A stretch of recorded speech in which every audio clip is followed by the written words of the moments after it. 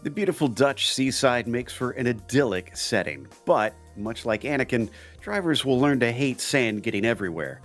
There certainly won't be any relaxing on the beach today as we get ready to watch round 8 of the Lotus 79 Sunday Grand Prix Series, and you'll see it all live here on the Global SimRacing Channel. Hi, I'm Joe Peak, and joining me in the booth is Rouse Racing driver Joey Atterbury. Behind the scenes is our director Christian Duploy, and he's using cameras provided by Dougie Beard. Zandvoort has had some changes in recent years, so in case you haven't seen them yet, let's head to our track guide. Welcome to Circuit Park Zandvoort. This legendary track directly to the west of Amsterdam and a stone's throw away from the shore of the North Sea has seen more than half a century of racing history.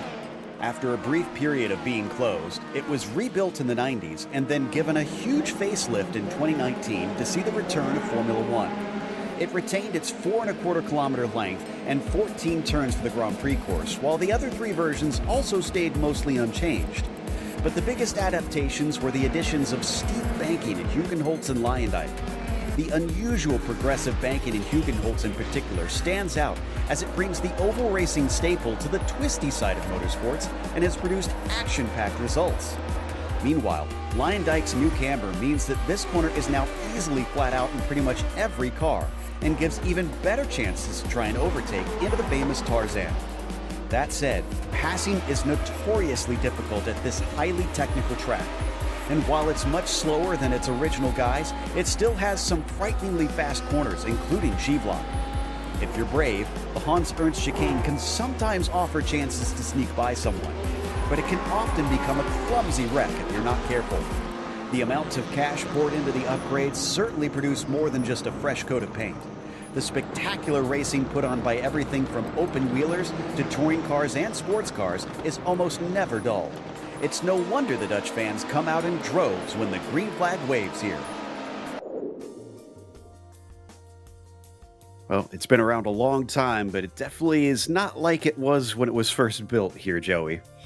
No, this is the updated version of that Circuit Zandvoort track that we all know and love. It has really gained popularity over the last, call it, few years with Formula One going back there. And then, of course, like we were just mentioning, that update. Your long front straightaway going into Turn 1 Tarzan is a decent passing opportunity. But actually, we kind of see the fights progress through the exit of Turn number 1 towards Turn number 3. It can kind of be a little bit of a funnel through that 1, 2, 3 section. And then that Turn 3 is that infamous corner that is now heavily banked, almost like a NASCAR, like a super tight NASCAR corner there. Lots of alternate lines when everybody is packed up. And then it's through the roller coaster, like I like to say, 4, 5, 6, 7, and even through turn number 8.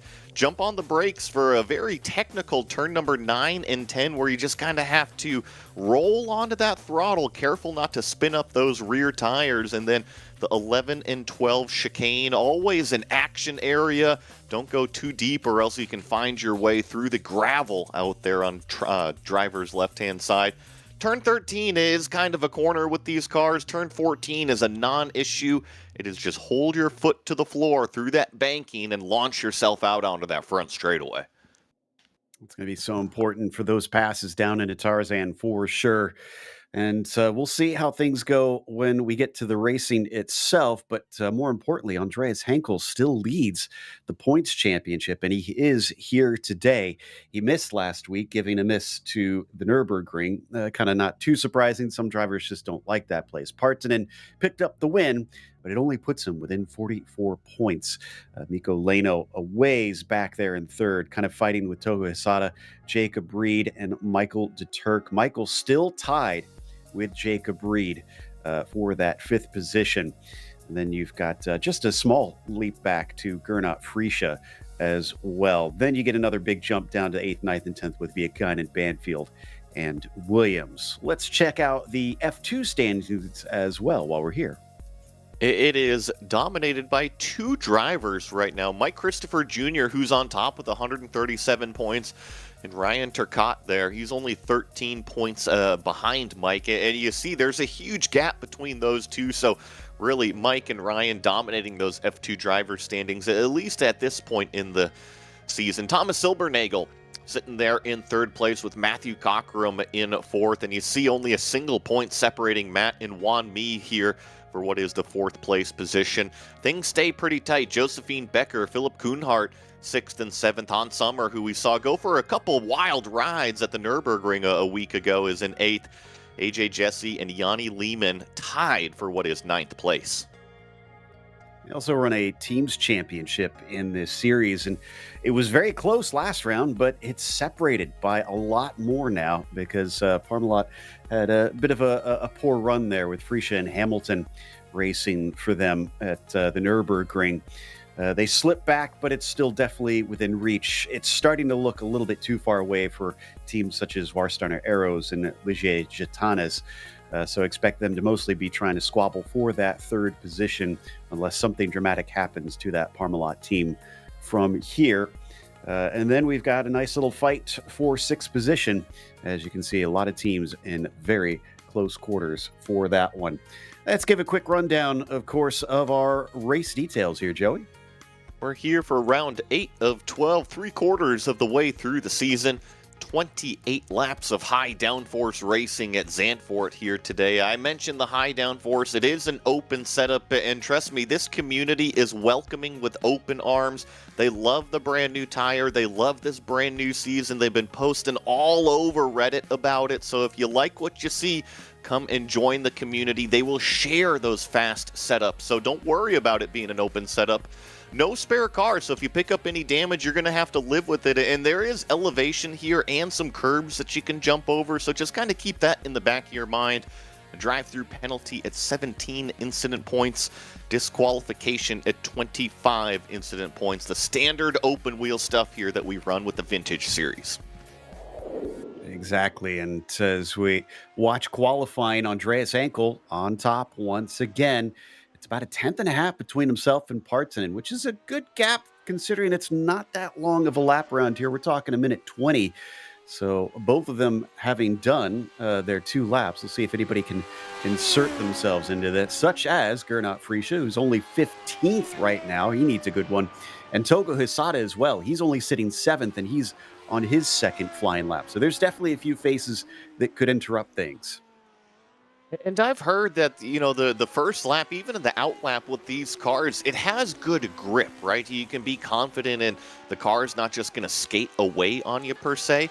However, it does take another lap or two for the tire temperatures to finally get up to their optimum range and start producing that lap time. So lap number 1, you can go out there and be confident. It's going to be a lap time to put down, but I do think with these 79s, the second lap, once you've got everything in that true operating temperature, will be a little bit faster.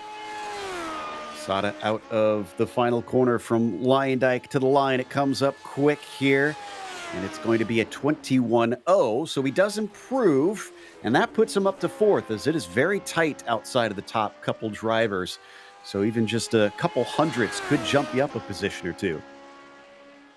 Watching Ryan Turcotte here. Remember, he was one of those F2 drivers. Lays down a 121.405, so that will improve his time up into 9th place. And here is Dylan Freckleton in his purple-themed machine. He's always one of the fast guys, especially here at Zandvoort. When you crank up the downforce, it seems like whenever you have those high grip levels, Dylan definitely comes to play. Bad news for fans of Gernot Freesia. Only 17th for him. He did not improve on that second lap. He's going to have a lot of work cut out for him. Freckleton not too far behind him in 19th. Let's see if he goes any faster for lap number 2. 21.3, half a second quicker. He goes all the way up into 10th position. So a huge leap for Dylan Freckleton. Trying to see if we have anybody else that is able to set a time. And I think Julian Altina might be able to make it there, as we've now got that blue car on screen. And you're right. I think I might, right in air quotes, 30 seconds left. Still got to get through the chicane, plus 2 more corners. So, I think he might get there. He should get there. We'll see. It's going to be close. He's all the way down in 27, so he could use an improvement himself. Remember, this is top split out of 3. So there's a lot of fast drivers here today. It's going to be tough to make your way to the front. And yep, I think he'll get there just in time with about a second or so to spare, a 22.1. And that did at least bump him up to 26. But let's go over the entirety of our qualifying results with Andreas Henkel on the pole position once again. Pauli Partonen starting next to him, going to try and see if he could beat him for only the second time this season. Jacob Reed will start third, and Ross Banfield will be fourth. Togo Hisada, great second lap in fifth for him. Karthik Pai, P6, and then Juho Reina starting in seventh. Michael Leturt, good enough for eighth with row 5, seeing Jacob Oberslack and Dylan Freckleton. In 11th, we've got Ryan Turcotte in the number 28 car, lined up next to AJ Roper, starting from 12th. Rob Spohl in 13th with Alessandro Parigi in 14th. Timothy Reed, 15th. Connor Tolman, 16th. Jack David Spickett, JDS as we call him, starts in 17th. Gernot Frischa down here in 18th. Peter Konechny in 19th. And Guillermo Diaz in 20th. Hamilton Ruiz will be 21st, as you've got Daniel Gallus 22nd, Paul Williams 23rd, and Kevin Parrish in the 24th spot. Stefan Walder will be in the quarter century mark, as Julian Altina will be flanked by Logan Edwards. Daniel Gomez will be 28th, Salvador Salas 29th, and 30 cars in our field sees Dean Decker at the very back of it today. Pretty full field for such a short lap around here, and lap traffic will not be fun, as there's not many places that you can make your way around the other cars. So give an eye to that, especially as we start to get farther into this race. So we're just now waiting for the lights to come up, which it looks like we've just about got everybody on the grid here in a moment. And we're going to start round 8 of this season, where it's almost critical at this point for Partonen to strike back against Henkel and start to close in that gap. But remember, drop weeks will help our current points leader. There we go. Looks like we've got everybody out on the grid now. So as the drivers prepare for what will be a blast and an important one down into turn 1, the engines rev. It's a long hold for them. Green flag is out and off the line. It's a great start for Henkel. He is off like a shot. Partonen with no hope. Ross Banfield with a look at maybe third, but no, he slots back into that fourth position. A lot of cars trying to use that banking around the outside of Tarzan, but so far so good as they exit towards the infield. And now into this banked turn 3, you see the majority of the cars taking that high line because it provides such an excellent exit. You can make up a little bit of ground if you take the low line here on this opening lap, but for the most part, single file now up through 4, 5, 6, and down the hill into 7. Side by side here, a little bit farther down in the field. This looks to be a Parigi versus Roper.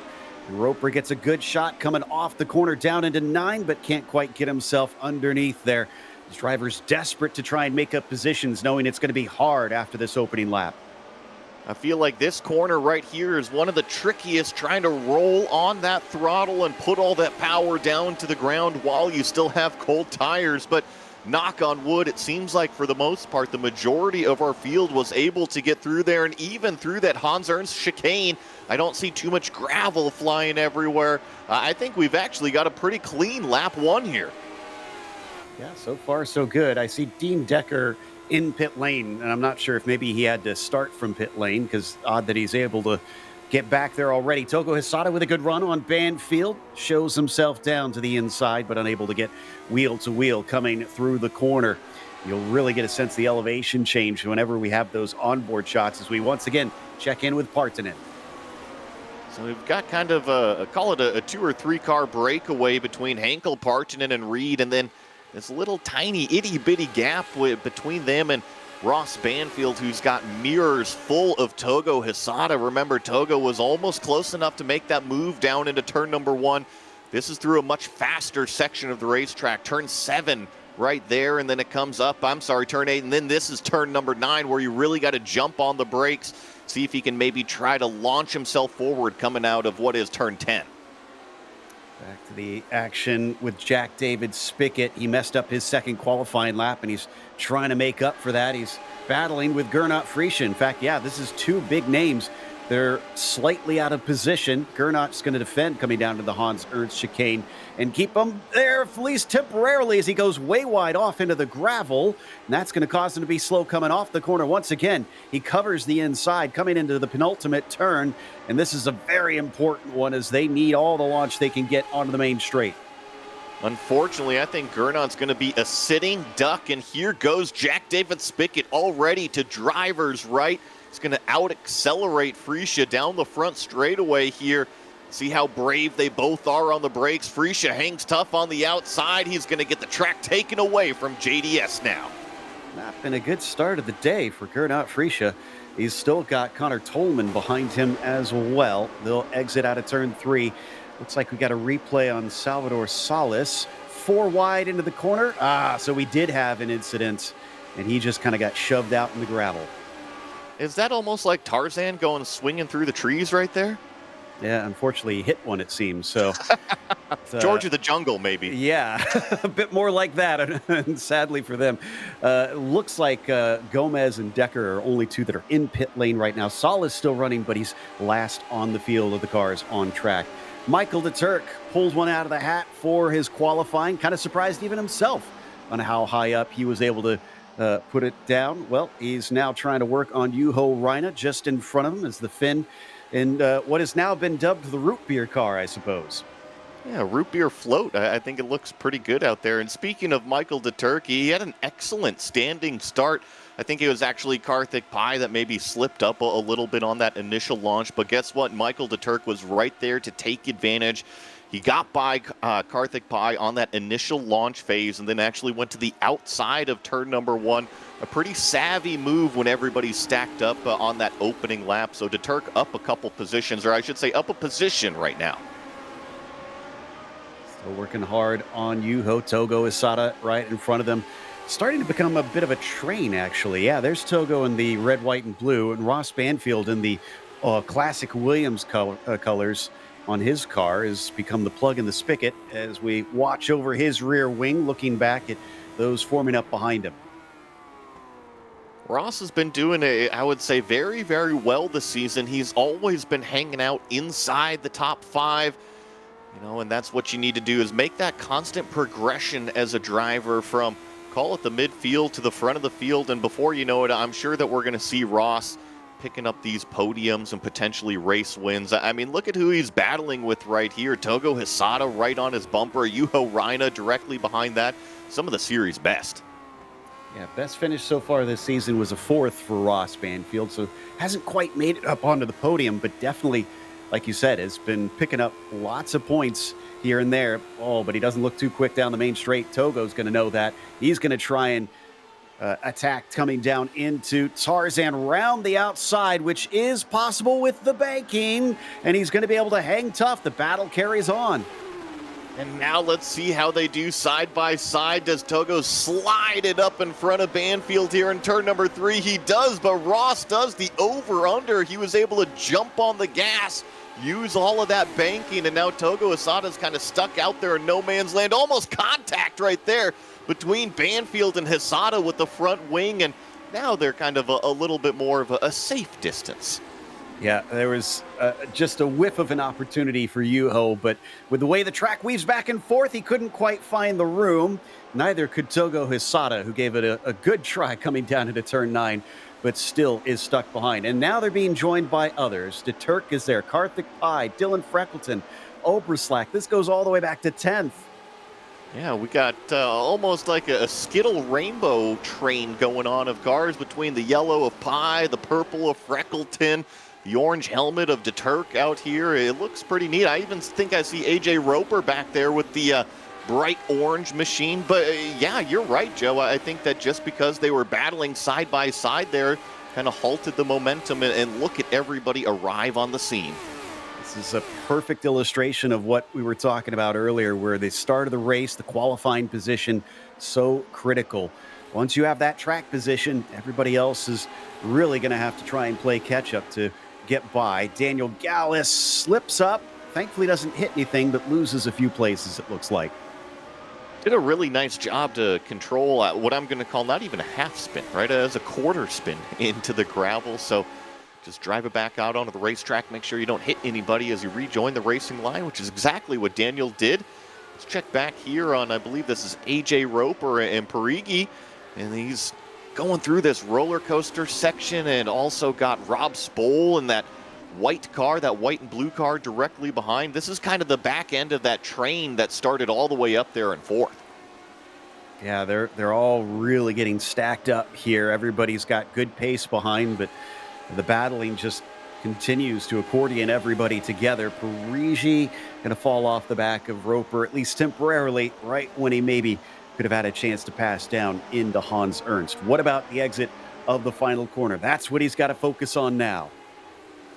This is such a fast corner right here, turn number 13, and you see everybody just trying to roll as much apex speed as possible, because the more you can roll through the middle, the faster you'll be on exit, which then leads you out onto this front straightaway. And it is the best quote-unquote passing opportunity into turn number 1, but you see even then the front straightaway is not too incredibly long, so you got to take what you can get, especially out of those final couple corners.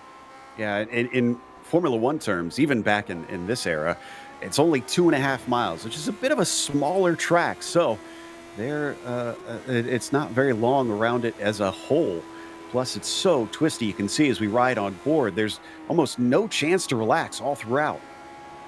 I love it. I think that I didn't know too much about Zandvoort previous the last, call it 10 years or so, and then really in the last handful of years, ever since COVID times and F1 was kind of able to resurrect it with the limited schedule that they were able to go to. I think that this has become one of my favorite kind of world-class racetracks. I definitely love it now that they've added the banking in. That really revitalized this circuit in a way that it was maybe a little too tight and twisty before, but the banking has helped a ton. And we're starting to get a little bit of a second train going. Instead of being all the way up to fourth, this is Turcotte in that green car. And my goodness, they are kicking up a lot of dirt coming out of Kumo into Lyondike. Let's see here. Can Togo finally get the pass done? He is on driver's right. He's cleared at apex of Banfield. Can Ross do another over-under? I tell you what, he almost went up there and pushed the gearbox of Togo Hisada on turn number 1, but he finally succumbs. Togo is up into fourth place now, and a lot of clean air, to tell you the truth. I wonder if he's going to set sail. He's about 3.5 seconds behind Jacob Reed currently. Yeah, so he was doing mid-122s there before, so we'll keep an eye and see if he's able to pick up the pace. Back to Michael de Turk, a little bit behind them. He's got Juho Rainer still in front of him, but he can't make too many crazy moves here, because look at how close Karthik Pai is in that bright yellow machine. I think Karthik Pai maybe has a little bit more race pace than kind of where he's running. I mentioned his standing start wasn't necessarily the best on that launch phase, so I think now that he's got everything up to temperature, the brain set forward in terms of what you need to do for the remaining 20 laps here, it seems like he's on a mission. And right now, Michael de Turk is right in front of him. He's got Juho Rainer directly in front of de Turk. So it's just kind of one of these stack-up trains who can maybe force a little bit of a mistake or force their competitor just to go off of that racing line, that little itty-bitty bit, and maybe start that domino of the next corner I'll have a little bit more, the next corner I'll have a little bit more, and then maybe finally I'll get that opportunity. Here's a telling stat for you. Even after 9 laps into this race, our hardest charger is up 4 positions. That's how tough it is to pass here. It's Paul Williams a little farther back as we continue to watch AJ Roper continue to hassle Ryan Turcotte, and leading a real train behind him. Oh, big slide from Parigi. He catches it, though. Alessandro was definitely flirting with danger there on the turn 3 exit. We see that high line being taken so much because it provides you the drive off of the corner, but it also kind of has that plateau all the way up there at the top. Almost caught Alessandro by surprise as this train just continues. You know, I don't want to call it a DRS train, but I do know that the 79s really pack on the downforce here. You said it was such a short lap, you know, being 2.5 miles in length. You really need all the grip you can get. We need to resurrect the Truly train moniker. It's definitely drivers just kind of backed up with one another. Ooh, just in behind. Oh, as ahead of them, I just saw, yeah, that's Jacob Reed. Jacob Reed has gone off. He's trying to find some kind of opening, finally gets it turned around. Boy, he timed that perfectly to get that facing the right way with that gap, but it was still very harmful to his race.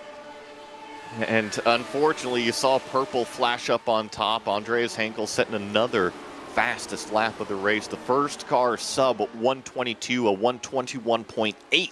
That's what the number one car just put down. And I do feel for Jacob Reed. Joe, remember last week, him and Pauli Partanen had one of the best races I've ever seen out of the 79s. And yeah, just as I expect on top of the screen, just too wide coming out of the chicane, upset the platform on those exit curbs, spun it around. But I don't want to take away from what Jacob Reed and the racing that he put on a show last week. Holy smokes, that was great. Yeah, fantastic. Unfortunately, just an error that proved costly at a track where it's going to be hard to make that back. Continuing to follow Parigi, kind of seeing whether there's anything there, but the door gets shut in his face by AJ Roper, who tries to square off the exit of turn 10, gets a little bit of wheel spin in the process, and it doesn't look like anything's possible coming down into the chicane once again. By the way, I checked on Togo Hisada. Last lap was about 3 or 4 tenths quicker now that he had the clear air. And let's not forget, he gets promoted third because of Reed having his spin. Parigi on the back foot now as he's playing defense. This is going to be a very, very interesting draft game down the front straightaway here. I think that's Spoll there in the white car, driver's right. Who is going to be most brave on the brakes? You see directly behind, that's also Freesia and Reed going at it. So that's a good fight. I think that Reed still hangs tough and almost contact between the white and the orange car here. Spoll is going to have to give way. I'm pretty sure they were interlocking wheels. That's how close they were. Amazing stuff from the pair of them, but they are, I mean, you said flirting with danger before. If they keep doing that, something's going to go awry. And look at Rob once again. He just had that run using that slipstream, that draft right behind Parigi. It just didn't have anywhere to go with it. Alessandro kind of leaving the door open, maybe missing the apex of what was turn 7, just that little bit of a bit. And I see Jack David Spickett having some problems, another spin on the top of the screen. Ah, man, day is just going from bad to worse for him. So he falls down to 25th position from that one. Rob throwing his hat in the ring a little bit here, but still has Timothy Reed and Gernot Freesia in behind them, making this fun little battle. Not a name you tend to want to see in your mirrors, Gernot Freesia, although if you can beat him to the line, that'll be a nice feather in your cap. And as we jump back, this green car of Jacob Reed, he's actually not too far behind that, call it Parigi, Roper, Spoll, Reed, Freesia train. So if this green car can maybe get by a few efficiently, right? Still got half the race to come up here and fight with some extremely fast drivers that have kind of found themselves right here smack in the middle of the pack.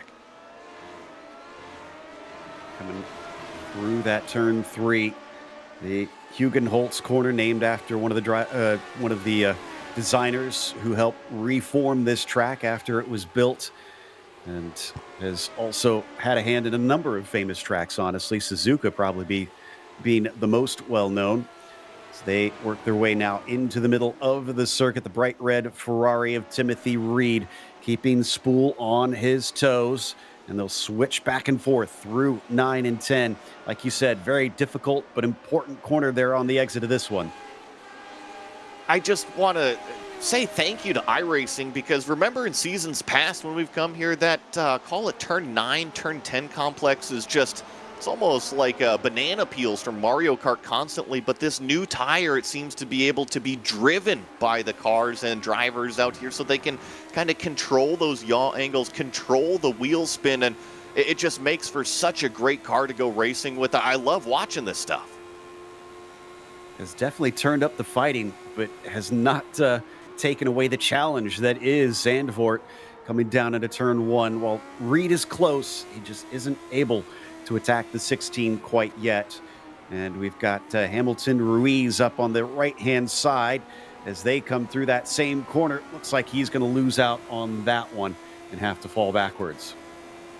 I think Hamilton was involved with Guillermo, Peter Konechny back there, and I think I see actually Jacob Reed making his way through and having maybe a couple issues right now. And you know what? In fact, yeah, this is the problem right here. This is live.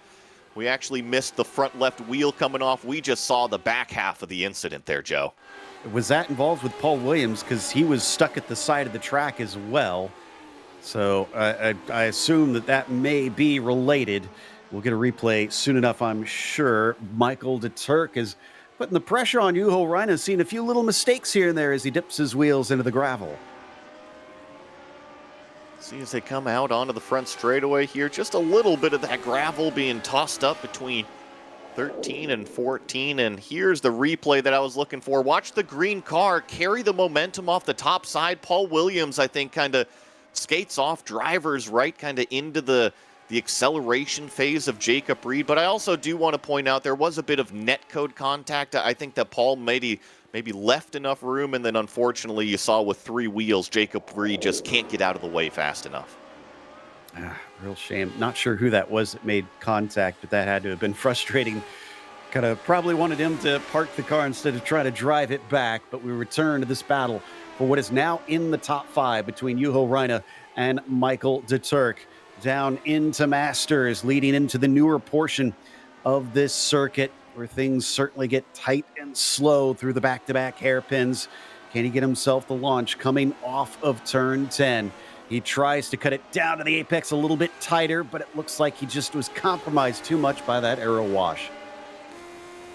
I mentioned a little while ago just the fantastic race at the Nürburgring that this series had just a week ago, and that root beer float car was definitely part of it. Remember, Juho Räikkönen was up there inside the top 3, kind of fell off the train just a touch at the very, very end of the race, but was another big party here for that root beer number 7 car, and he's definitely carried the momentum hanging out inside the top 5, and this gnat at the barbecue known as Michael de Turk hasn't been able to phase Räikkönen at all.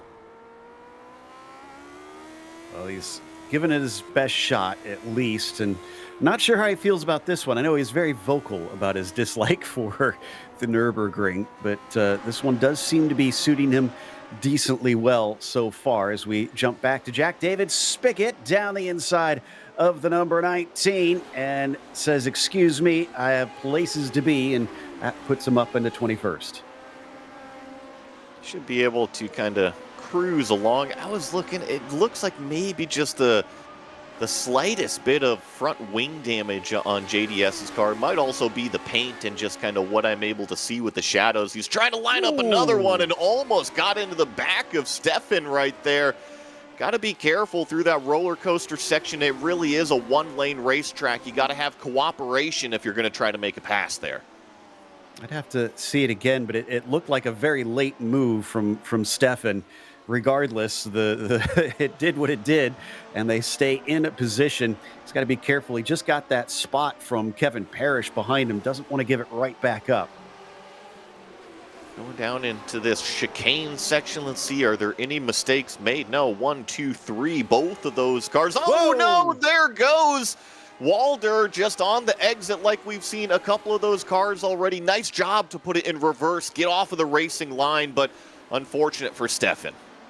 It's a couple now we've seen drivers lose it coming off that arena section. Seems to have replaced the turn 10 slippery exit in this situation.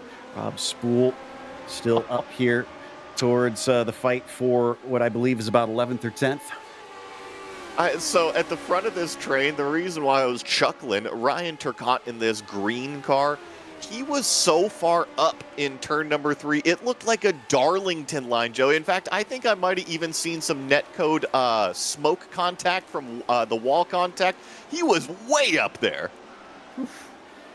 Can't do that too much, or else you could find yourself running into that wall. I don't think they have incident limits up there like they do in real life, where they mark the side of the track and have told drivers they can't go completely above it, at least in Formula One. Here, I believe it's all fair game. Coming off the corner, Turcotte struggled a little bit here. Roper's got him on the back foot. Can he manage to do something before Parigi manages to attack him? Definitely.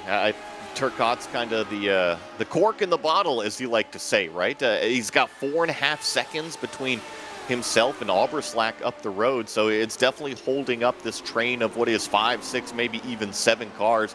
I'm curious, do we see Turcotte do this super wide entry here in turn number 3 like we saw last lap? Or is it maybe just a little bit of a mistake? And yeah, see, he was just too wide out there that previous lap, and this time he's too narrow through the middle of turn number 3. That's going to open the door side by side between Roper and Turcotte. Roper's on the wrong side, but he keeps his foot in it. Almost looked like there was a bit of contact. That actually puts Parigi off of line, and Rob is going to just pick that one up. Things suddenly erupt, and I have a feeling that's going to be the case in a number of these battles. He tries to take it back. Spool is going to defend coming down. No, he leaves the door open. They're going to make contact. One of them goes around, and that sends a third car into the fray. Timothy Reed, just an innocent victim in this one. Gernot Freesia had a front row seat to that entire battle, and talk about some savvy racecraft playing off, and he just was able to pass all 3 of those cars right there. Nicely done, as it looks like Altina back here was also making a pass, or maybe having a nice little battle with Logan Edwards directly in front of him.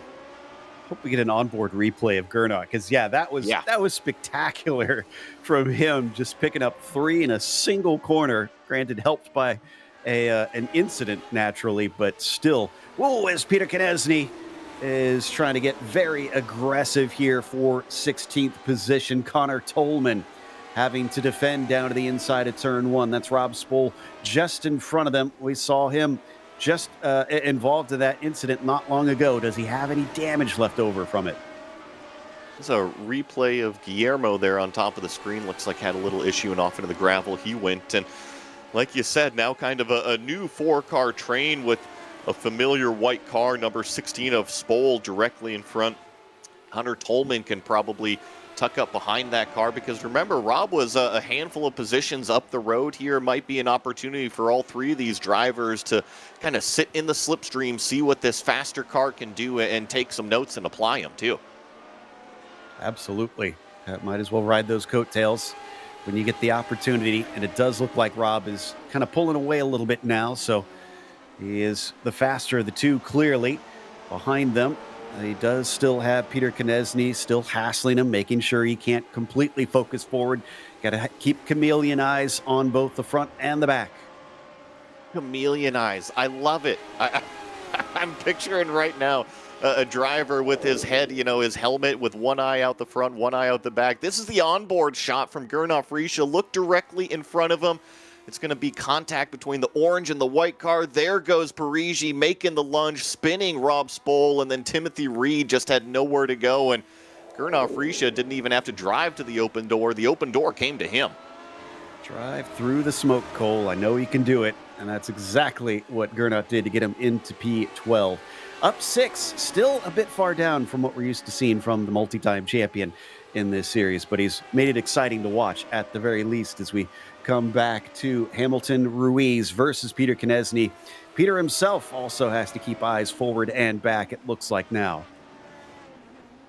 Yeah, but applying all of that pressure directly behind is Hamilton Ruiz. He's going to try to take that long way around, try to square off the corner exit, but it was actually a good grip on that corner exit from Peter and that bright yellow machine to kind of hold him off going into this brake zone here. Hits the apex very nicely. It's been the exit right here that's been the danger area for a lot of cars, and quite honestly, Peter was all over that exit curb. I kind of had to tense up a little bit, but he was able to drive away from it. Yeah, now he's looking a lot safer here.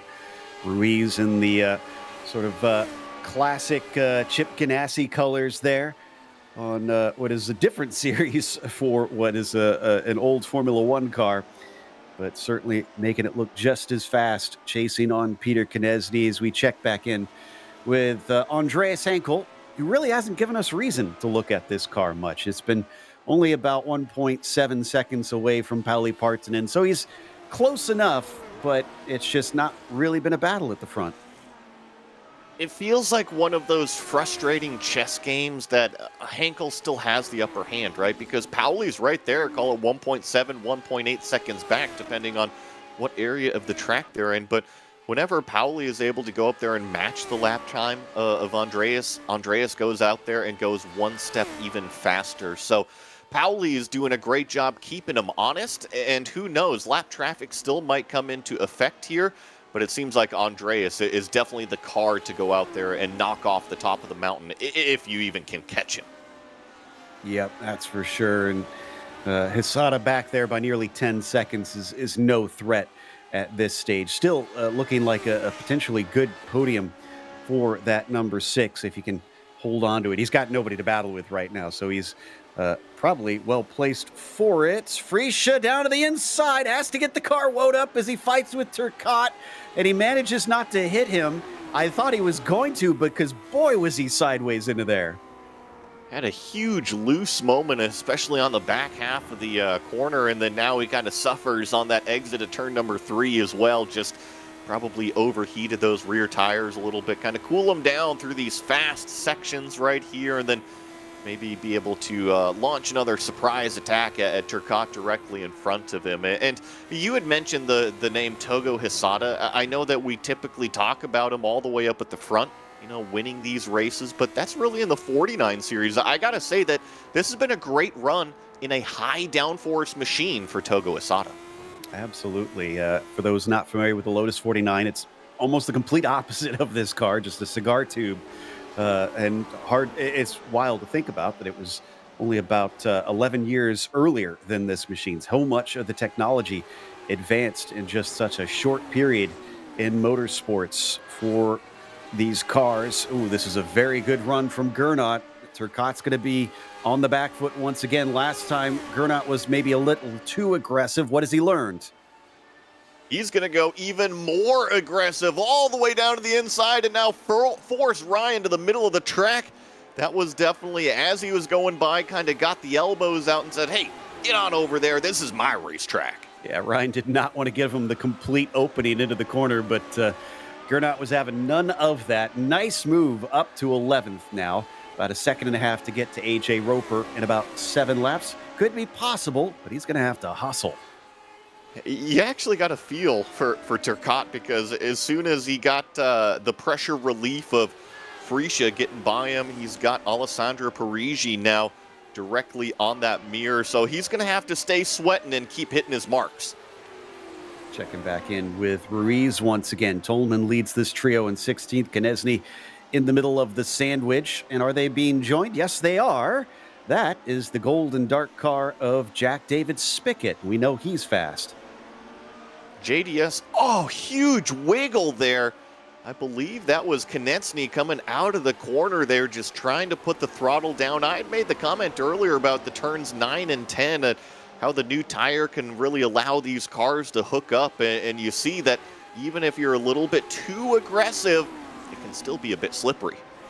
And right as you mentioned it, Kevin Parrish actually illustrated it a little farther behind, completely spun the car around. We're going to see it right here. And off he goes, looking very similar to what we saw in years past. Unfortunately, it looks like that was a good smack into the Armco. Such a deceiving... and there he goes again. Talk about a huge slide from Peter, and it's going to... Oh, my goodness. Somehow he's able to hang on to these positions. Hamilton just had nowhere to go, and Jack David Spickett was logged up in the train as well, but I think maybe overheating those rear tires is what's happening to this yellow number 30. JDS wanted to get in there, but just could not. Same thing with Ruiz. Tries to go down the inside through Shevelock, but that just compromises his line. I thought JDS was going to do it once again, but he's having trouble. There it is. Stabs down to the inside. Almost makes contact. Both of them sliding wide. Thankfully, they stay out of one another as we head back through the left-hander. Who can get the throttle down? They are abusing these rear tires. Does JDS throw another lunge into the chicane? He's going to kind of fake the move. That was a pretty aggressive lunge going into that turn number 9 complex. And I think that JDS is going to go out there and say thank you to Hamilton for leaving him a little bit extra room there this lap, because I tell you what, Ruiz saw him coming, left him room, and here we go. Part 2.0 on the front straightaway. It was a great heads up by the target car, but this is going to be a different situation. Who is braver on the brakes down into Tarzan, wheel to wheel through their shorter distance for Ruiz will pull him out ahead. JDS still trying everything he can. He is practically climbing over that rear wing. Look at Hamilton go all the way up top. I love seeing that because guess what? It just pays off down this entire straightaway here. Jack David Spickett, of course, he's in the slipstream and can be able to close, but it's not till the point right here that he's actually closing in on that time. So I love that high line in turn number 3, and Ruiz played it to perfection that lap. Making him work for it.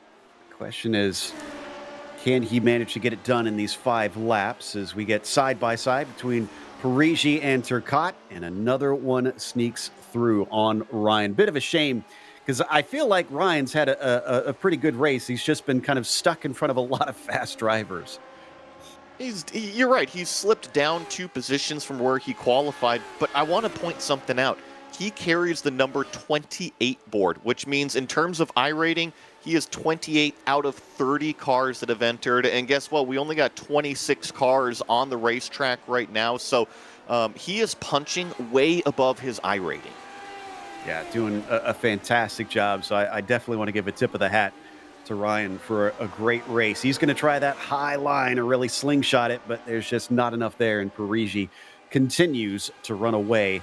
Speaking of running away, ahead of them, we were watching Frisha involved in that. He's down to about a second behind Roper, so he's reeling him in bit by bit. But I feel like once he gets there, it might be just a bit too hard to get an overtake. I know that Gernot wants to be up fighting for wins, and be up there on the podium and whatnot. I think that Gernot can probably say he'll have a successful race if he can get a top 10 out of it. Remember, he started way back there in something like 17th, 18th place, and he's had nothing but fights his whole way forward. 3 laps to go here with Partanen and Henkel, and this battle between JDS is still going on back here. He once again mugged him into turn 10 this time instead of turn 9, and this time it's stuck. He is through. So can he run away from Ruiz and go catch Konieczny in these last handful of laps to finish this one up? And here we go. We've got the replay. Just sets him up coming out of 9. It was a mistake as well. Hamilton spinning up the tires big time. And that's when it looks like JDS knew he had his chance. Seems like all 3 of these cars that we've been watching in this battle, I don't want to say are suffering from tire wear, but the more aggressive you try to take advantage of your equipment, aka squeeze on the throttle to try to get that run on the car in front of you, or maybe a little bit deeper in the brake zone, you just abuse those tires that little bit more. And through all 3 of these cars, and really all of the cars in the field, this last quarter of the race, it seems like putting the power down starting to be maybe the little bit of Achilles heel right now. Yeah, I know we're talking to Michael DeTurk, and he said that's one thing to watch out for is to not overheat the tires over the course of the race, or you're going to be feeling it by the end, since there is very little time to try and cool them down on the straights. Oberslack, he's been a bit anonymous in this race, except for early when we were talking about him, but he's got a top 10 on his hands. He's working on trying to at least gain one from where he started and see if he can pass Dylan Freckleton here. There's a little bit of kind of the mental mind game, too, between Jacob and Dylan here, because Jacob is right where he qualified, but Dylan's actually up a couple positions. So if you go back, you can say, all right, you know what? I'm actually faster than this car. I out-qualified him. I know I've got the raw pace, and here he is sitting in front of me with 2 laps to go. I know I can do this. I'm glad you brought up the psychological end of it, because I was thinking about that while we were looking at Partanen and Henkel there. Pauli's admitted that he feels like he's not quicker than Andreas. How much does that play into that, to just keep telling yourself, I'm quicker, I know I can stay with the driver and trying to battle with a rival? That's why I kind of brought up that advanced chess game earlier between Andreas and Pauli. I just feel like no matter what Pauli does, right, Andreas has an answer, and here's JDS all over the back of Peter. Once again, this is the area that he tried to make the move on Hamilton a couple laps ago, but slid wide, and oh no, there goes a problem. Was that Connor Tolman spinning around, and JDS making the move up the inside of Peter? Can he put the power down? Looks like he's actually going to get two positions. Peter's going to fight back. Oh, it's hard to go too wide into the chicane. Somebody's going to have to give. Neither's willing to. They're going to make contact. Both go off. And is this going to be a number? This is going to be 3 positions in 1 lap for Ruiz, who skitters away, laughing his way to the bank. JDS got a wounded car on the side of the road there as everybody gets that final lap, that white flag from Barney as they go underneath the start-finish line flag stand. Turcotte loses another one, unfortunately, and falls back once again behind Timothy Reed. So that's up to P13 for the number 10 car. But Andreas Henkel, just a couple corners to go. Lap traffic in front of him, but pay no mind to that. He's got a handy enough gap that he is going to be safe to the end. It is going to be another win for Andreas Henkel here today at Zandvoort, extending his points lead. Nicely done, nicely managed. Pauli Partanen comes home 1.4 seconds behind Andreas Henkel, and Togo Hisada is just now coming out onto the front straightaway. He will round out that podium, and I know it's a little bit of a long-winded talking point. You'd asked about the mental aspect of it all as we watch the rest of these battles kind of come out the last corner and down the front straightaway. I think that if you're Pauli Partanen, yeah, it can be frustrating, but guess what? You're only 1.5 seconds back. If you can be there the whole race, Joe, you might be able to force Andreas into a mistake. You might be able to catch him at an odd place with the lap traffic, and sometimes all you need is that one little gift, and that's that confidence booster mentally to say, okay, yeah, no, here I am. I can go race for this win. Julian Altina going to try and maybe snatch a position here. No, excuse me, that's lapped cars. That's not for position. In fact, we only have 24 staying on the lead lap. Not as many as I thought we would see lapped here today, considering it's such a short lap. And the rest of them come across the line, which means we can head to our results. As Andreas Henkel was your winner in the end. Like you said, Partanen kept him honest, just didn't seem to have the speed. And Togo Hisada finished in P3. Ross Banfield was 4th. Juho Reina was P5. And then Michael de Turk finished in 6th today. Karthik Pai with a good 7th place finish. Dylan Freckleton up 2 to finish 8th. Oberslack had to settle for that 9th spot, but still a good run as AJ Roper rounds out your top 10. In 11th place, I'm double checking, but yes, our biggest mover of the day, plus 7 positions, the furthest forward up is Gernot Friesche. He finishes in that 11th place position. Alessandro Parigi had his hands full, was kind of involved in that little bit of a 3-car incident kind of midway through the race, finishes in 12th. Timothy Reed also involved with it, finishes 13th. Ryan Turcotte did a great job today, slips back a few to finish in 14th. Rob Spohl also involved in some extracurricular activities, finishes in 15th. Hamilton Ruiz, a great battle throughout the race, 16th. Peter Konechny also involved with it, 17th. Connor Tolman, the late race spin, 18th. Julian Altina and Logan Edwards rounding out that top 20. Parrish was 21st, also with a late race spin, but still managed to gain 3 overall, as Daniel Gallus was 22nd and Stefan Walder was 23rd. Salvador Salas, we saw him involved in the incident at the start. He still finished 24th, but was last on the lead lap. JDS, unfortunately, a DNF right at the very end, 25th. Gomez came back after an accident, finished 26th today.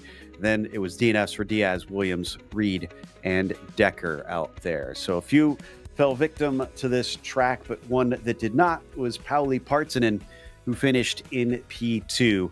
Again, staying close to Andreas Henkel. Pauli, it seems kind of a so close yet so far situation. We've seen a few races now where you've been within a second or two of Andreas at the end, but just never seemed to hassle him enough. Yeah, seems like it's the story of the season, but I like when the race stopped, I was like, oh god damn it, I was not able to take the win. But well, to be honest, I think this was one of the best races this season. I had good pace. I'm actually surprised how good pace I had, and I made 2 small mistakes on that race, and it cost me about seconds. So without those mistakes, I will be even closer. But Henkel is a machine. Like that guy doesn't make a single mistake in any race. So that's something. That's pro level stuff. Yeah, it's massively impressive. And to correct you on one thing, we did see a mistake from him at Phillip Island. So it is possible, and we were talking that if you keep close like that, you'll get the opportunities. Is that what kind of keeps you going, knowing, well, it's out of my hands, but if I stay here, I got to grasp it when it comes? Yeah, I know that Henkel wants the fastest lap, so I was pushing the last 3 laps. I was pushing for the fastest lap, and actually I have the 3 fastest lap on that race, but those 2 laps I had were actually off track. So I was pushing everything I have for the last lap, and I was able to take the fastest lap. So I'm super happy with that, and that was the only thing I was able to think about that gets into Henkel's mind, that he wants to be the fastest guy also in the fastest lap meaning. So that was everything I could do, and it was not enough. Well, and another thing to make you feel a little bit better about your performance here, fastest race lap was a 21.0. Slowest race of the fastest race laps was a 23.1. So that's an impressively small gap throughout the entire field out there. This was a very closely matched field. Yeah, it was very good drivers this day in Lotus 79. I'm super happy to see that. Like the top split is very competitive, and you need to really practice and really know the car and really know the track if you want to succeed in this series nowadays. So I'm super happy with that. Amazing stuff. Well, again, congratulations on another podium. And thank you, guys. That's Pauli Partzen in second place today. And it looks like Joey's caught up with a little bit of a lonelier driver out there, Togo Hisada, with a third. Togo Hisada, congratulations. We're usually talking to you in the 49s, but it seems like you're picking up the pace here in the 79 cars, too. Yeah, thank you very much. This is my second time podium for this new tire car in this season, so I'm very happy with that. I think you're the perfect person to ask this because you traditionally race a different open wheel car. You just mentioned the new tire. Is the new tire one of the reasons why you now race this car? Is it just that much fun? Yeah, yes, and for the new tires, then the listen to the knowledge of the setup, listen to the knowledge of the how to drive a car. So it's very it's a great timing to pop in the new series. So that's why I'm racing for this season, and the new tires just brings a lot of people, a lot of fast guys, and the competition is very, very tight. So I'm very, very enjoy to race every week. And yeah, you're right. I mean, we had 3 full splits again here at Lotus 79. So yeah, the competition is getting up there. It's a great place to come and race. I got to ask you, do you like the higher downforce setups with the 79s? Do you like the lower downforce setups? Or is it more track dependent on what you like with this car? Yeah, but I like the faster on the straight line speed because that makes me a lot of easy to make a move under the put the battle. So I'm like low downforce cars maybe. Yeah. I get that. And, going to Red Bull Ring next week, you'll probably have that downforce trimmed out of the car. Just congratulations on the podium finish, your second podium finish here, and we look forward to seeing you up on the top step here soon, Togo. Thank you so much. That was Togo Hisada driving the number 6 car, finding his way onto the podium. A really good race from him today, that's for sure. Big thank you to the community in general, though, for bringing us back for another season of coverage. And also thanks to the team today, Joey, Christian, and Dougie. Make sure to check out our social media, our website, and our merchandise store. And don't forget to subscribe to our YouTube channel so you don't miss a moment.